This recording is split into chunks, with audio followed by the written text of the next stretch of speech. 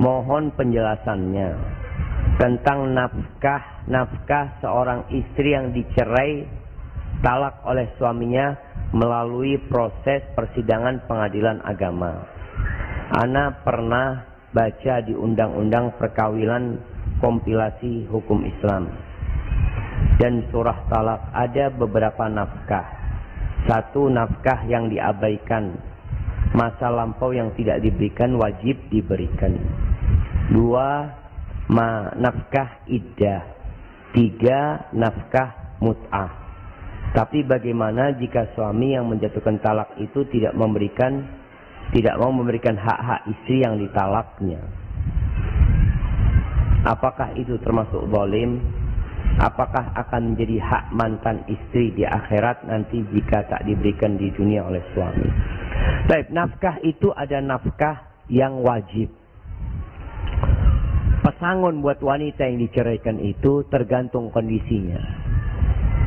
Ada yang dianjurkan saja. Maka kalau suami tidak memberikan, dia tidak dosa. Tapi nafkah yang tidak dia berikan pada masa lampau, dia harus berikan. Nafkah masa iddah juga harus diberikan.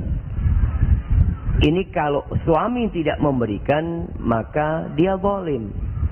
Dan istri akan bisa meminta haknya itu kelak pada hari kiamat. Kemudian buat para suami,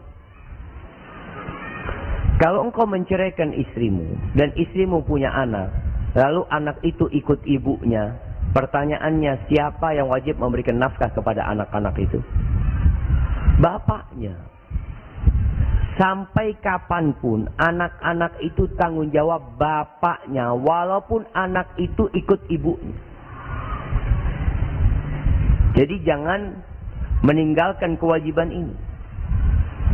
Sebagian orang berpikir kalau anak ikut istrinya, ya sudah, mantan istrinya selesai. Anak nggak ngurusin anak-anak. Padahal tetap dia wajib memberikan nafkah. Dan kewajiban bapak dalam mendidik anak-anaknya tetap sama persis seperti belum bercerai. Nggak ada yang berubah. Bukan dengan bercerai kewajibannya berkurang mendidik anaknya, memberikan nafkah kepada anaknya. Tetap. Kalau sang anak itu ikut ibunya, yang ngurusin ibunya, maka perlu perhatian. Ibunya juga dikasih nafkah. Mendidik anak-anak itu. Babysitter aja kau bayar. Sekarang anak dirawat oleh ibunya, kasih biaya, sandang, pangan, papan yang diperlukan oleh dia. Maka seorang istri yang tidak mendapatkan haknya, maka dia bisa minta. Kenapa jamaah? Sebagian ustadz itu melarang nikah siri. Kenapa? Karena rawan kezaliman. Hak-hak istri itu nggak didapat. Karena nggak ada bukti itu istrinya. Anak-anaknya nggak ada bukti itu anak-anaknya juga. Nggak ada bukti. Sehingga kalau dapat suami nggak bertanggung jawab, akhirnya kesian itu perempuan. Ketika nikah itu tercatat, insya Allah hak-haknya akan terpenuhi. Suami meninggal dunia, waris akan dapat.